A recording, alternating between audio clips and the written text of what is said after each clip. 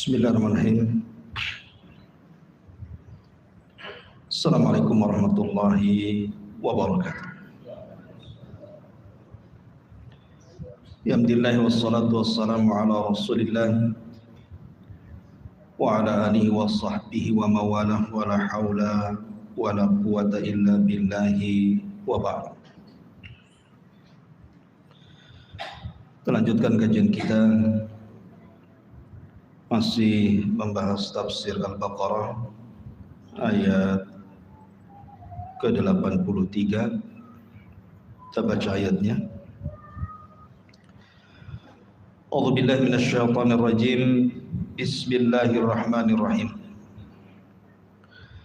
Wa idh akhadna mitsaqa bani Israil la ta'buduna illallah wa bil walidaini ihsana wa dzil qurba wal yatama wal masakin wa qulu lin nasi husna wa aqimus salata wa atuz zakata thumma tawallaitum illa qalilan minkum wa antum mu'ridun. Dan ingatlah ketika kami mengambil perjanjian kepada Bani Israel, janganlah kamu menyembah selain daripada Allah, dan berbuat baiklah kepada kedua orang tua, kemudian kepada kerabat, anak-anak yatim dan orang-orang miskin. Dan bertutur katalah dengan ucapan yang baik kepada manusia. Laksanakanlah salat, tunaikan zakat, tetapi kemudian kalian berpaling mengingkari perjanjian tersebut kecuali sebagian kecil dari kalian, dan kalian masih menjadi umat pembangkang.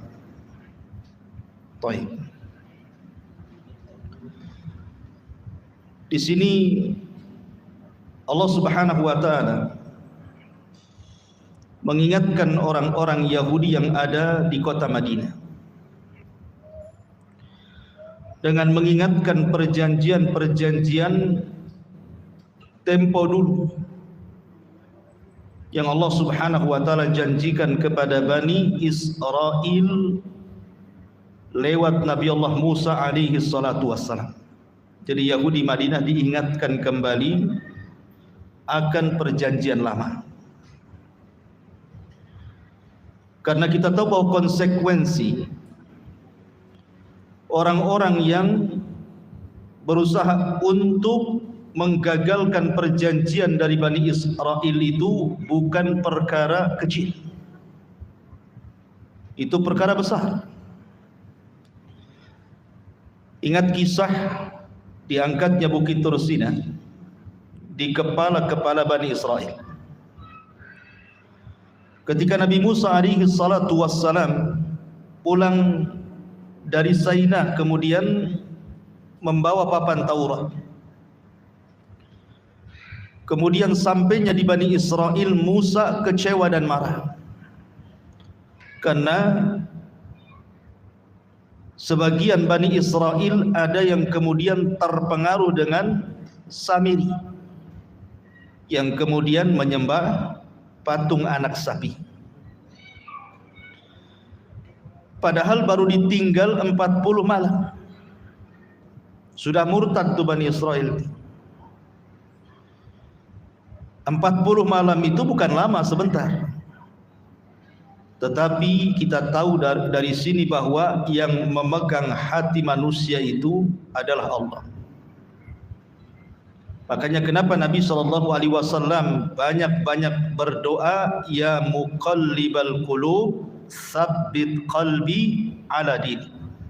Wahai zat yang membolak-balikan hati, tetapkan hatiku di atas agama. Karena 40 hari saja Bani Israel sudah murtad, bukan 1-2 orang, ribuan. menyembah patung anak sapi.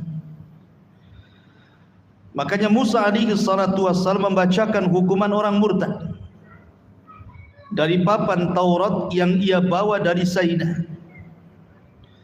Nah, salah satu konsekuensi karena mereka sudah murtad, faqtulu anfusakum, kalian harus saling membunuh satu sama lain.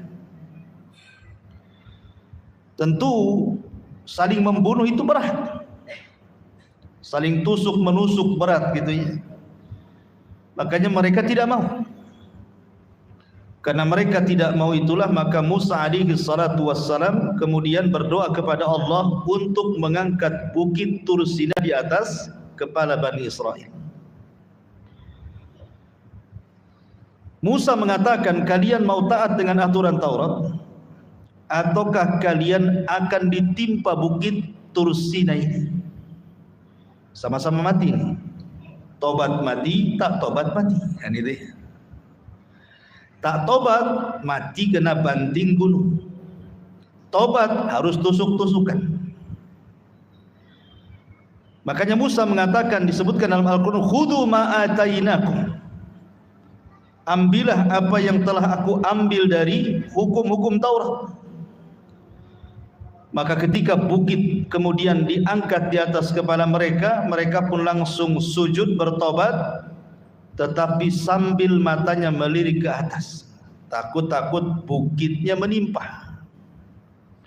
Akhirnya mereka pun siap melakukan perjanjian itu.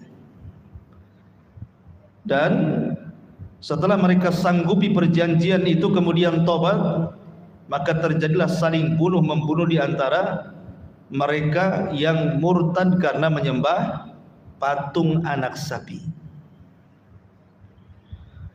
Ma'asyiral muslimin yang dimuliakan Allah Azza wa Jalla, artinya bahwa siapapun yang membatalkan perjanjian mereka dengan Taurat, maka akan dihukum seperti itu. Akan datang adab dan kehinaan bagi Bani Israel. Lah orang-orang Yahudi Madinah itu diingatkan akan perjanjian moyang mereka, bahwa kedatangan Rasul sallallahu alaihi wasallam ke kota Madinah, dan itu sudah diketahui oleh mereka bahwa dia bukan nabi palsu, tapi betul-betul nabi asli. Dari ciri-ciri yang oleh para pembesar Yahudi diteliti, bahwa memang dia adalah nabi yang diutus di akhir zaman, nabi Arab. Karena ketika muncul bintang Ahmad di Madinah, tidak ada yang tahu kecuali Yahudi. Ternyata di kemunculan bintang itu tidak ada satupun bayi yang lahir. Ketika mereka mendengar saat muncul itu, lahirlah seorang bayi di kota Mekah, cucu Abdul Muttalib. Menangislah para rahib dan mengatakan, sungguh hilang kenabian Bani Israel dan direbut oleh orang Arab. Makanya kemudian mereka mengenal ciri-cirinya, karena pembesar mereka mengakui saat kelahiran itu muncul bintang. Karena orang-orang Yahudi Madinah sudah terbiasa nabi-nabi itu diutus dari Bani Israel, tiba-tiba diutus dari Arab pula, kan begitu. Makanya mereka merasa kecewa, karena sejak Nabi Ibrahim ribuan para nabi diutus kepada manusia itu semua dari Bani Israel sampai kepada Nabi Isa. Tidak ada satupun orang Arab, kecuali Nabi SAW. Itulah Nabi satu-satunya keturunan Ismail dari bangsa Arab, bukan dari Bani Israel. Makanya mereka mengatakan telah hilang kenabian Bani Israel dan telah berpindah kepada orang Arab. Lah ketika Nabi SAW berdakwah kepada bangsa Yahudi Madinah, Nabi SAW mengingatkan kepada mereka perjanjian-perjanjian itu yang harusnya mereka taati. Apa perjanjian itu? Di sini Allah Subhanahu wa taala berfirman, "Wa id akhadna mitsaqa bani Israil la ta'buduna illallah." Ingatlah ketika kami mengambil janji dari Bani Israel agar jangan kalian menyembah kecuali kepada Allah Subhanahu wa taala. Perjanjian pertama adalah tauhid. Agar mereka mentauhidkan Allah Subhanahu wa taala. Dan tauhid ini ikhwatu fiddin yang dimuliakan Allah Azza wa Jalla adalah perjanjian seluruh manusia, bukan Bani Israel saja. Seluruh manusia mereka diikat dengan perjanjian tauhid. Kapan? Saat kita berada di alam arwah. Ketika Adam alaihi salatu wasallam diciptakan oleh Allah, kemudian Allah Subhanahu wa taala mengusap pundak Adam, keluarlah arwah seluruh keturunannya. Kemudian oleh Allah diletakkan di alam ruh. Lah di alam ruh ini, maka Allah Subhanahu wa taala mengikat perjanjian dengan seluruh turunan Adam. Apa perjanjiannya? Alastu bi rabbikum. Bukankah aku Rabb kalian? Maka seluruh arwah dan ruh mengatakan qalu bala, ya engkau Rabb kami. Inilah perjanjian kita dengan Allah di alam ruh itu. Dan alam ruh itu tidak ada yang tahu kecuali Allah. Jangan pula menghayal dengan alam ruh kemudian dikatakan bahwa ada nama untuk ruh katanya. Mana ada? Yas'alunaka 'anir ruh qulir ruhu min amri rabbi. Mereka bertanya soal ruh, katakan ruh itu urusan Allah. Tidak ada namanya, nama ruh itu tidak ada. Urusan Allah Subhanahu wa taala. Ma'asyiral muslimin yang dimuliakan Allah Azza wa Jalla, sehingga wajar kalau seandainya setiap bayi yang dilahirkan terlahir fitrah. Kullu mauludin yuladu 'alal fitrah. Fa abawahu yuhawidanihi aw yunassiranihi aw yumajjisanihi. Setiap bayi yang dilahirkan itu terlahir fitrah. Apa sih mana fitrah itu? Mengenal rububiyah Allah, mengenal siapa Tuhan.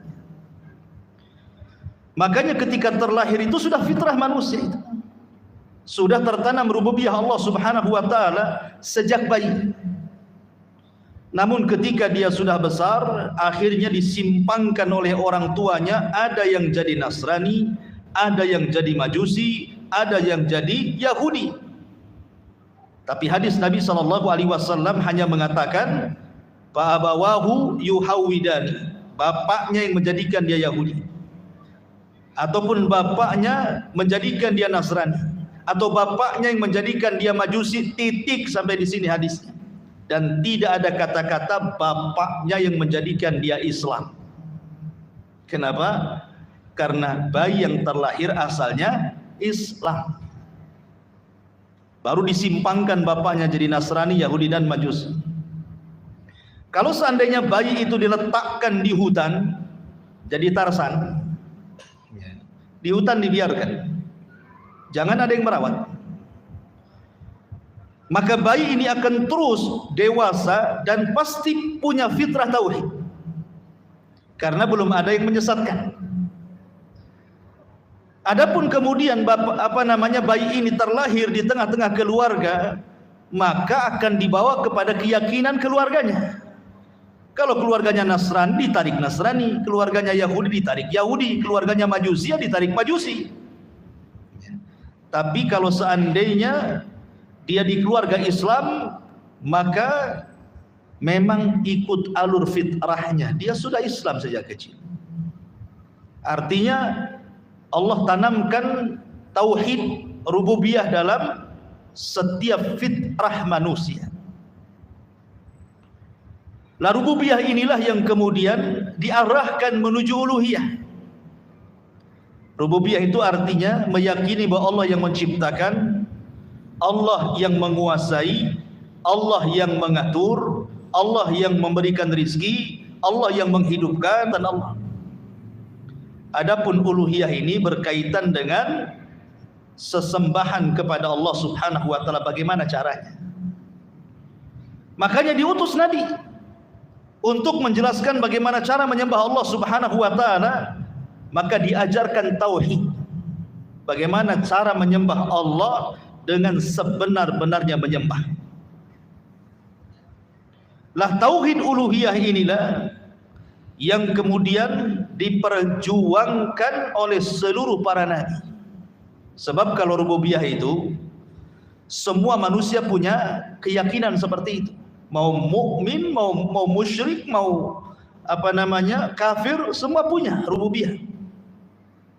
Karena buktinya orang-orang kafir di luar daripada Islam, mereka punya sesembahan.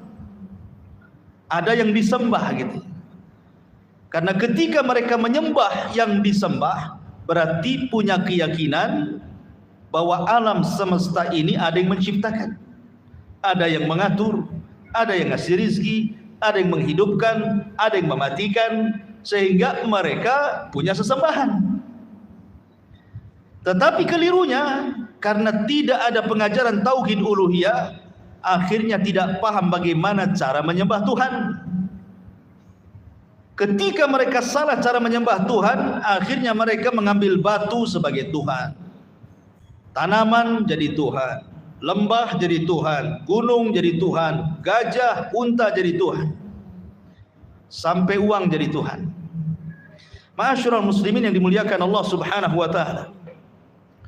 Jadi di sini perjanjian yang mengikat kepada Bani Israel adalah alla ta'buduna illallah, bahwa kita tidak boleh menyembah kecuali kepada Allah, alias la ilaha illallah.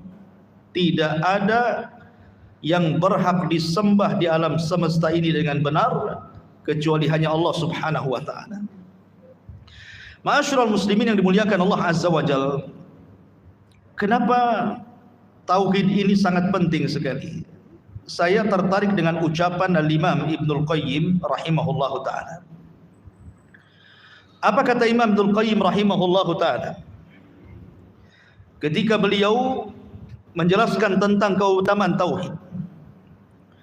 Kata Imam Ibnul Qayyim rahimahullahu ta'ala, kalimatun qamat bihal ardu was samawat wa khuliqat li ajliha jami'ul makhluqat wa biha arsalallahu ta'ala rusulahu wa anzala kutubahu wa syara'a syara'i'ahu wa li ajliha nusibatil mawazin wa wudi'atid dawawin wa qama suqul jannati wan nar wa biha inqasamatil khaliqatu ilal mu'mini wal kafir wal abrari wal fujjar fahiya mansya'atul khalqi wal amri was thawabi wal iqab wa hiya al haqqul ladzi khuliqat lahu al khaliqah wa anha wa an huquqiha as-su'al wal hisab wa 'alayha yaqa'us thawab wal iqab wa 'alayha nusibatil qiblatu wa 'alayha ussisatil millatu wa li ajliha jurridat suyuful jihad wa hiya haqqullahi 'ala jami'il ibad fa hiya kalimatul islam wa miftahu daris salam wa anha yus'alul awwaluna wal akhirun fala tazulu qadamal abdi baina yadayillahi hatta yus'al an mas'alataini madza kuntum ta'budun wa madza ajabtumul mursalin. Fa jawabul ula bitahqiqi la ilaha illallah ma'rifatan wa iqraran wa amalan, wa jawabus tsaniyati bitahqiqi anna muhammadar rasulullah ma'rifatan wa iqraran wa inqiyadan wa ta'atan. Paham antum? Kita terjemahkan. Di sini Imam Ibnul Qayyim rahimahullahu taala menjelaskan tentang fadlu tauhid, keutamaan tauhid. Kata beliau, bagus sekali ucapan beliau. Kalimat tauhid adalah dengannya tegaklah langit dan bumi. Karena Allah tidak menciptakan makhluknya kecuali untuk tauhid. Karena tauhidlah diciptakan seluruh makhluk-makhluknya. Karena tauhidlah Allah utus semua utusannya. Karena tauhidlah Allah Subhanahu wa taala turunkan kitab-kitabnya. Karena tauhid pula lah Allah syariatkan syariat-syariatnya. Karena tauhid pula lah ditegakkan timbangan-timbangan pada hari kiamat. Kemudian disebarnya suhuf-suhuf lembaran-lembaran pada hari kiamat. Bahkan diciptakannya sorga dan neraka karena tauhid. Dengan tauhid pula lah manusia terpecah menjadi dua, ada mukmin, ada kafir. Ada orang yang baik, ada orang jahat. Maka tauhidlah sumber daripada ciptaan, perintah, pahala dan hukuman. Dan dia adalah sebuah kebenaran yang dengannya diciptakan semua makhluk dan diperintahkannya hak-hak bagi makhluk-makhluk yang Allah ciptakan. Dengan tauhidlah sehingga muncul soalan pertanyaan dari Allah, kemudian hisab. Dan dengan tauhid pula lah adanya as-sawab wal iqab, adanya pahala dan juga balasan dosa. Karena tauhid pula lah kemudian ada kiblat. Karena tauhid inilah kemudian terasas sebuah agama. Karena tauhidlah kemudian disyariatkan jihad. Dan dia adalah hak Allah yang harus dipenuhi oleh hamba-hambanya. Tauhid adalah kalimat Islam. Tauhid adalah kunci daripada sorga. Dan kelak dengan tauhid itu akan ditanya orang-orang awal dan akhir. Dan kaki anak Adam tidak mungkin geser sampai ditanya dua perkara. Apa yang kalian sembah di bumi? Sudahkah kalian mengijabah seruan para rasul? Adapun jawaban yang pertama dengan la ilaha illallah. Adapun jawaban yang kedua dengan Muhammad Rasulullah sallallahu alaihi wasallam. Lihat ma'asyiral muslimin ucapan Imam Ibnul Qayyim tentang fadlul tauhid ini luar biasa. Tauhid ini ikhwatu fiddin yang dimuliakan Allah Azza wa Jalla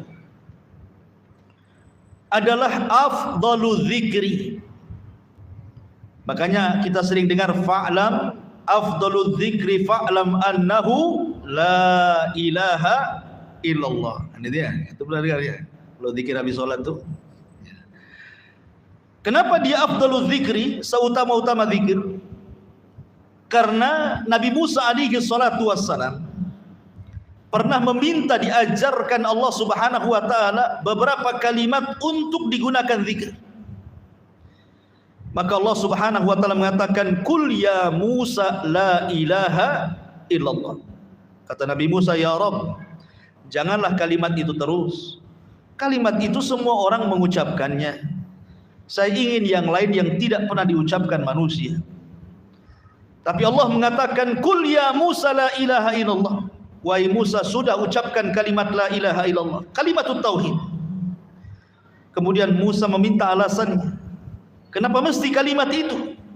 Maka Allah mengatakan, "Ya Musa, lau anna samawati sab'i wal aradina sab'i fi kiffatin wa la ilaha illallah fi kiffatin malat bihinna la ilaha illallah." Kalaulah langit dan 7 lapisnya, bumi dan 7 lapisnya diletakkan di satu neraca timbangan, kemudian la ilaha illallah diletakkan di neraca satunya, malat bihinna la ilaha illallah, tentu la ilaha illallah jauh lebih berat dibandingkan langit dan bumi. Itulah keutamaan tauhid. Ma'asyiral muslimin yang dimuliakan Allah Subhanahu wa taala.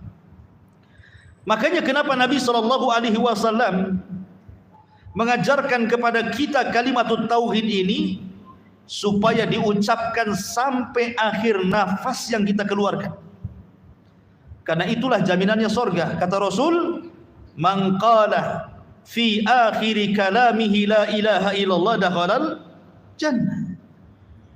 Barang siapa yang akhir ucapannya la ilaha illallah kalimatut tauhid, maka dijamin masuk surga. Makanya kenapa Rasul mengatakan lakinu mautakum bila ilaha illallah. Ejahkan kepada orang yang sedang sakaratul maut itu la ilaha illallah, supaya akhir ucapannya la ilaha illallah, tapi dengan cara yang lembut di telinganya. Ingat kalimat itu yang diucapkan, karena ada orang yang salah ngucap. Ada orang yang mau meninggal itu disuruh nyebut bu, nyebut pak gitu. Jadi bingung mau orang mati ini nyebut apa. Jadi ikut-ikutlah nyebut mati dia. Jangan suruh nyebut, langsung ucapkan la ilaha illallah di telinganya supaya diikuti. Karena orang sedang sakaratul maut, dia ngikuti apa suara yang masuk ke telinganya masalahnya. Dan tidak ada kalimat yang mampu diucapkan oleh orang yang sedang sakaratul maut yang lebih mudah diucapkan kecuali la ilaha illallah. Itulah keajaiban kalimat tauhid itu. Ma'asyiral muslimin yang dimuliakan Allah Azza wa Jalla. Apalagi kalau kita melihat kalimat tauhid ini adalah kalimat yang bisa menjaga darah seseorang, yang bisa menjaga harta seseorang, dan bisa menjaga kehormatan seseorang. Di zaman Rasul ada seorang sahabat namanya Usamah ibn Zaid. Usamah ibn Zaid ini putra daripada Zaid ibn Harithah. Dan Zaid ibn Harithah ini anak angkat Rasul, paling dicintai Nabi, karena tidak ada anak kandung Rasul yang laki-laki hidup semua mati. Qasim meninggal, Abdullah meninggal, Ibrahim meninggal, sehingga ketika Khadijah memberikan hadiah Zaid ibn Harithah itu sebagai pelipur lara Nabi, punya anak angkat. Makanya terkadang ada bapak itu lebih cinta dengan anak angkatnya kan, kalau diasuh dari kecil, dari bayi itu. Lah Zaid ini sangat dicintai Nabi, termasuk juga anaknya Usamah bin Zaid itu sangat dicintai Nabi. Usamah bin Zaid suatu ketika ikut jihad. Dalam jihadnya Allah menangkan, di mana orang-orang musyrik tunggang langgang karena ketakutan. Ada seorang musyrik yang lari dikejar oleh Usamah bin Zaid dan seorang Ansar.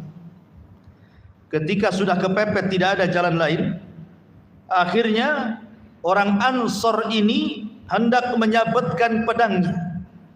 Tapi kemudian tiba-tiba dia mengucapkan la ilaha illallah. Karena dia mengucapkan kalimat itu, ditinggallah sama orang Ansar. Maknanya dia masuk Islam, tidak boleh dibunuh.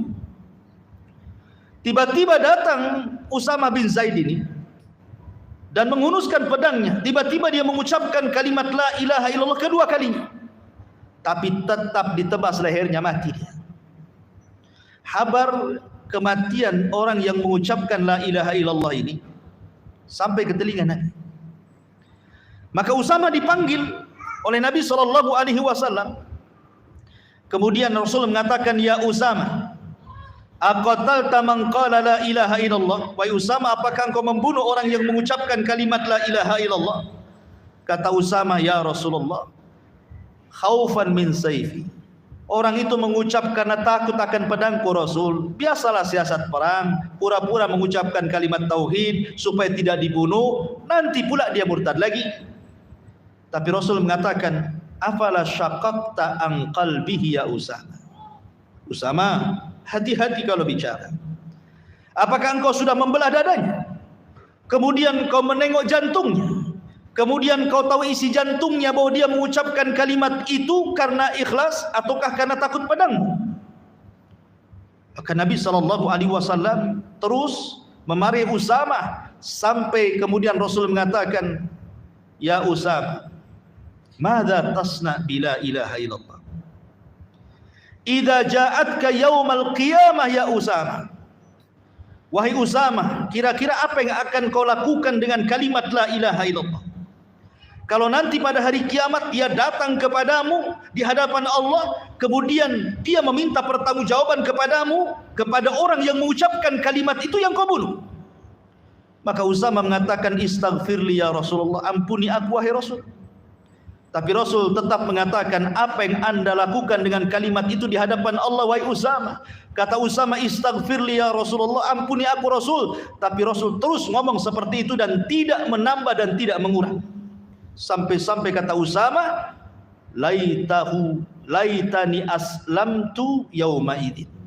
Laitani ma aslamtu illa yauma idzin. Duhai kiranya aku baru masuk Islam ketika Rasul marah-marah itu. Karena biasanya orang yang baru masuk Islam jarang dimarahi. Kan gitu. Kalau sudah lama masuk Islam ya wajar dimarahi. Ya kayak antum nih, udah lama ngaji, ngantuk saya marahi wajar. Ya. Kalau baru ngaji nyandar di tiang ngantuk ya biarin saja. Jangan dibangunkan kecuali setelah salat Isya. Ma'asyiral muslimin yang dimuliakan Allah Azza wa Jalla. Lah akhirnya kemudian Rasul berpaling. Lihat bagaimana Rasulullah SAW menjaga kalimat tauhid. Padahal ini kan siasat, namanya perang, orang kan bersiasat, ikhwan. Bukankah Rasul yang mengatakan al-harbu kaidun, peperangan itu tipu daya? Bisa saja dia menipu kan? Betul ucapan Usamah bin Zaid, tetapi kalimat tauhid berbeda. Itu kalimat agung, nggak bisa dipermainkan. Makanya Rasul marah kepada Usamah bin Zaid, menunjukkan bahwa kalimat tauhid menjaga darah, menjaga harta dan menjaga kehormatan. Dan kalimat tauhid, ikhwan, adalah kalimat yang bisa menyelamatkan seseorang pada hari kiamat. Disebutkan dalam hadis, yusahu birajulin min ummati ala ru'usil khalaik yaumal qiyamah.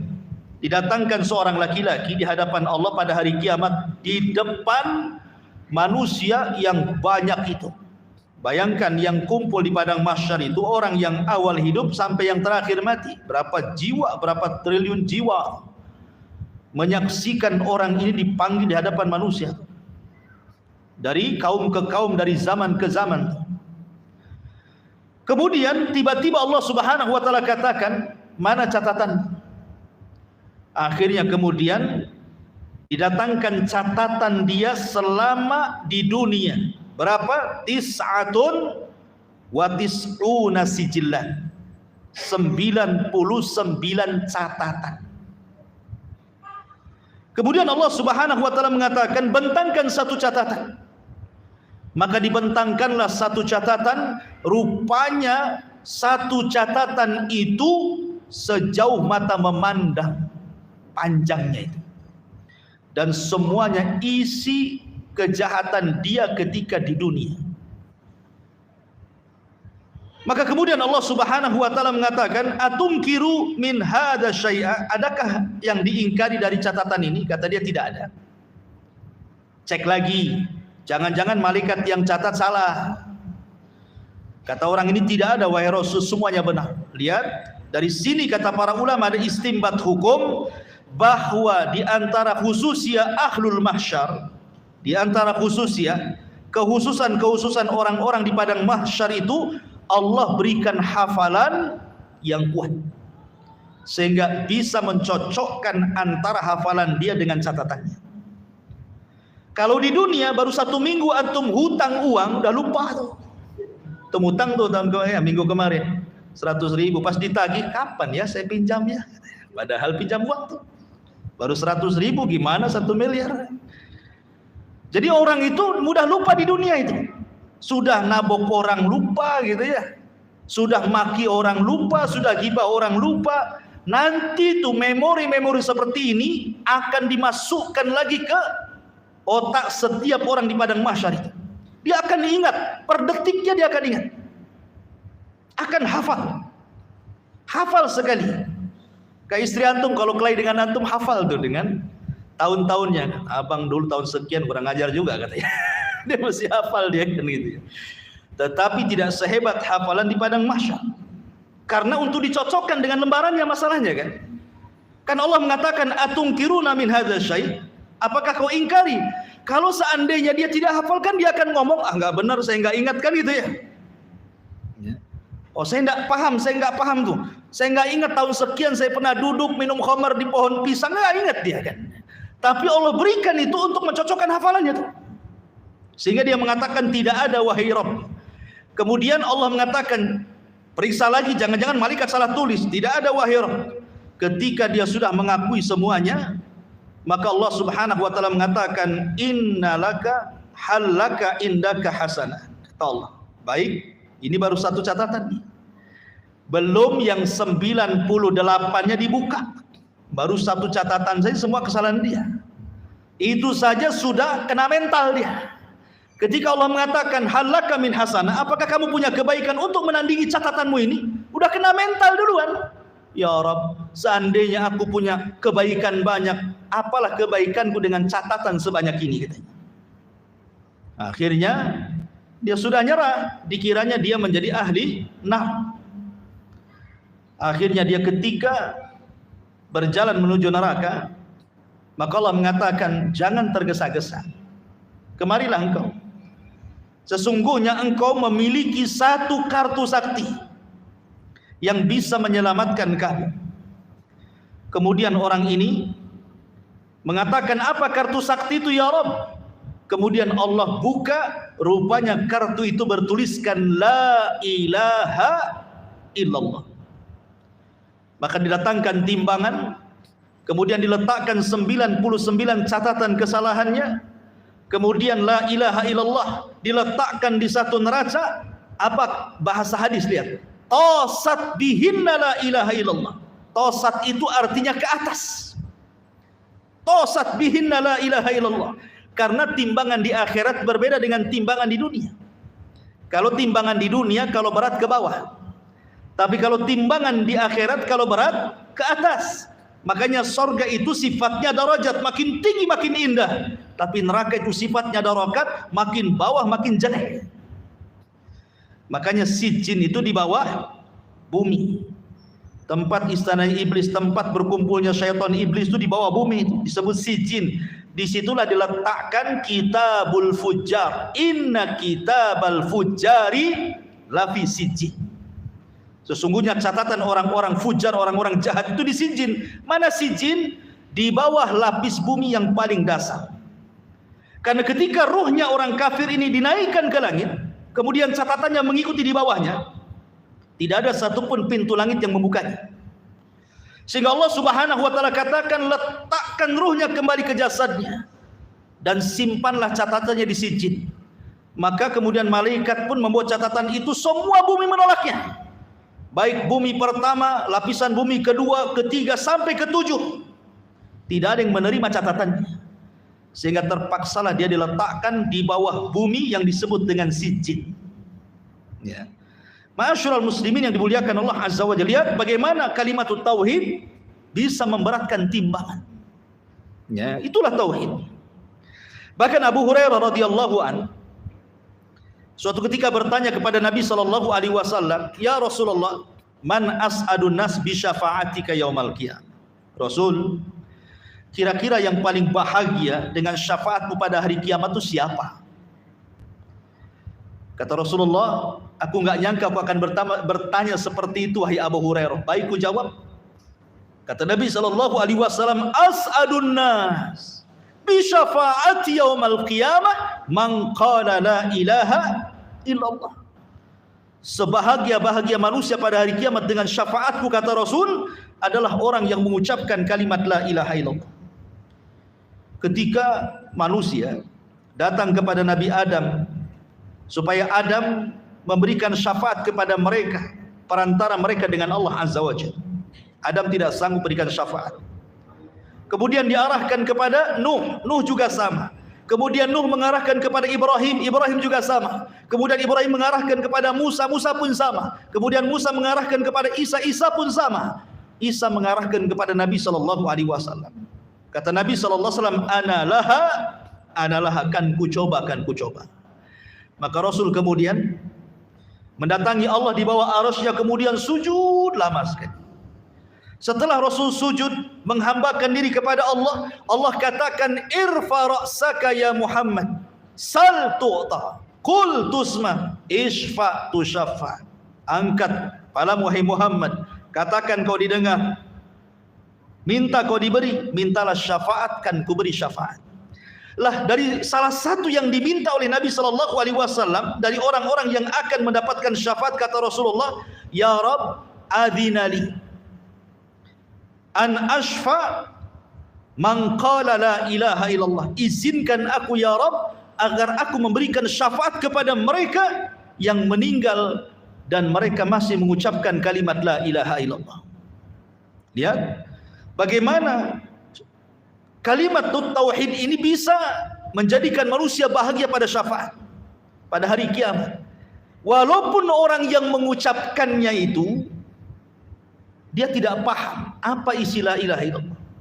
Walaupun yang mengucapkannya itu dia mengikuti orang mengucapkan, dia ikut-ikut mengucapkan. Sebagaimana hadis tentang Hudzaifah bin Yaman. Kata Hudzaifah bin Yaman, dia mengatakan dalam sebuah hadis, nanti pada hari kiamat yadrusul Islam kama yadrusu wasyus thawbi hatta la yudra ma siyamun wala salatun wala nusuk wala sadaqah. Kata Hudzaifah bin Yaman, nanti di akhir zaman Islam itu tinggal namanya. Ya, KTP-nya saja Islam gitu ya. KTP-nya saja Islam. Kemudian kata Hudzaifah, kenapa dikatakan Islam tinggal nama? Karena nanti orang itu sudah tidak kenal puasa, tidak kenal sholat, tidak kenal kurban, tidak kenal sedekah, dan tidak kenal ibadah yang lainnya. Nggak kenal apa-apa. Itu menunjukkan Islam tinggal nama tuh. Kemudian kata Hudzaifah, wala yusra ala kitabillah fi lailatin fala yabqa fil ardi minhu ayat. Dan nanti di akhir zaman Al-Quran akan diangkat dalam satu malam, sehingga tidak ada satupun Al-Quran yang tinggal di bumi. Semua mushaf akan kosong, tinggal kertasnya. Semua hafalan Quran di dada manusia akan lenyap. Tidak ada Quran lagi. Di dada lenyap, di tulisan hilang. Nanti pada hari kiamat di akhir zaman akan diangkat Quran ke langit. Kemudian kata Nabi SAW, wa tabqa tawaifun minan nas asy-syaikhul kabir wal ajuz yaquluna adrakna aba'ana ala hadhil kalimati la ilaha illallah fa nahnu naquluha. Kemudian kata Nabi SAW, nanti di akhir zaman akan muncul manusia-manusia yang sudah tua-tua renta, sudah kakek-kakek, sudah nenek-nenek. Tiba-tiba mereka mengatakan, kami mendengar bapak-bapak kami mengucapkan kalimat tauhid la ilaha illallah, kami pun ikut-ikutan. Jadi nanti di akhir zaman itu anak-anak muda sudah tidak kenal apa itu kalimat la ilaha illallah, tetapi orang tua mereka, kakek-kakek mereka masih mengucapkannya. Mereka beralasan, kami pernah dengar dulu kakek buyut kami mengucapkan kalimat la ilaha illallah, kami juga ikut mengucapkannya gitu. Kemudian rawi hadis berkata kepada Hudzaifah bin Yaman, namanya Silah. Dia mengatakan, ya Hudzaifah, ma tughni anhum la ilaha illallah. Kira-kira nih orang yang mengucapkan kalimat tauhid yang hanya mengucapkan gara-gara mengucapkan nenek moyang mereka kemudian ikut mengucapkannya, apa gunanya ya? Tapi lihat kata Hudzaifah, ya Silah, walaupun mereka mengucapkan kalimat la ilaha illallah, mendengar dari nenek moyang mereka, mereka enggak kenal salat, enggak kenal puasa, enggak kenal zakat, enggak kenal ibadah. Kata Hudzaifah bin Yaman, ya Silah, tunjihim minan nar, tunjihim minan nar, tunjihim minan nar. Kalimat itu bisa menyelamatkan mereka dari neraka. Kalimat itu bisa menyelamatkan mereka dari neraka. Kalimat itu bisa menyelamatkan mereka dari neraka. Lihat, ini namanya apa? Keutamaan tauhid. Luar biasa gitu. Makanya ma'asyiral muslimin yang dimuliakan Allah Subhanahu wa taala, wajar kalau seandainya kalimatut tauhid adalah kalimat yang menjadikan awal dakwah para nabi, mendakwahkan dakwah kepada umat. Lihat Nabi 13 tahun di kota Mekah hanya mentauhid, berdakwah kepada tauhid. Sampai Nabi SAW dikatakan gila, dikatakan tukang sihir, dikatakan perangkai syair, dikatakan pemecah belah, dikatakan macam-macam, sehingga mendapatkan intimidasi, ancaman, mulai dari ancaman fisik sampai kemudian ancaman psikologi dan macam-macam. Untuk siapa? Coba Nabi SAW memperjuangkan dakwahnya sampai ke Taif, dilempari batu oleh anak-anak sampai orang tua, tidak lain karena memperjuangkan la ilaha illallah. Dari sinilah Allah Subhanahu wa taala mengatakan, walaqad ba'atsna fi kulli ummati rasulan an i'budullaha wajtanibu taghut. Dan sungguh kami telah utus pada tiap-tiap rasul, tiap-tiap umat ini seorang rasul, tugas mereka adalah sembahlah Allah, tauhidkan Allah, dan jauhi sesembahan selain daripada Allah alias taghut. Masyarul muslimin yang dimuliakan Allah Azza wa Jalla. Jadi pelajari tauhid, karena tauhid inilah penentu kebahagiaan kita dan akhirat. Dan kalau orang bertauhid, ikhwan, pasti tenang. Sering saya nasihatkan jamaah gitu. Kenapa orang yang bertauhid itu tenang? Kita tahu bahwa amalan yang paling tinggi dalam tauhid itu adalah tawakal. Tawakal itu amalan tauhid yang paling tinggi ketika kita di dunia. Menyandarkan diri kepada Allah Subhanahu wa taala. Terkadang kalau kita melihat kehidupan kita, ikhwan, saya, antum, atau siapapun, pasti suatu ketika akan dirundung sebuah permasalahan. Pasti akan dirundung sebuah musibah. Musibah apa saja? Apakah musibah ekonomi sehingga kemudian dirundung dengan kefakiran dan kemiskinan?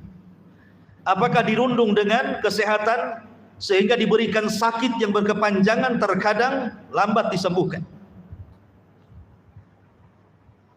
Azan ya? Bukan. Azan. Insyaallah kita lanjutkan minggu depan. Subhanakallahumma bihamdika asyhadu an la ilaha illa anta astaghfiruka wa atubu ilaik. Allahu ta'ala. Assalamualaikum warahmatullahi wabarakatuh.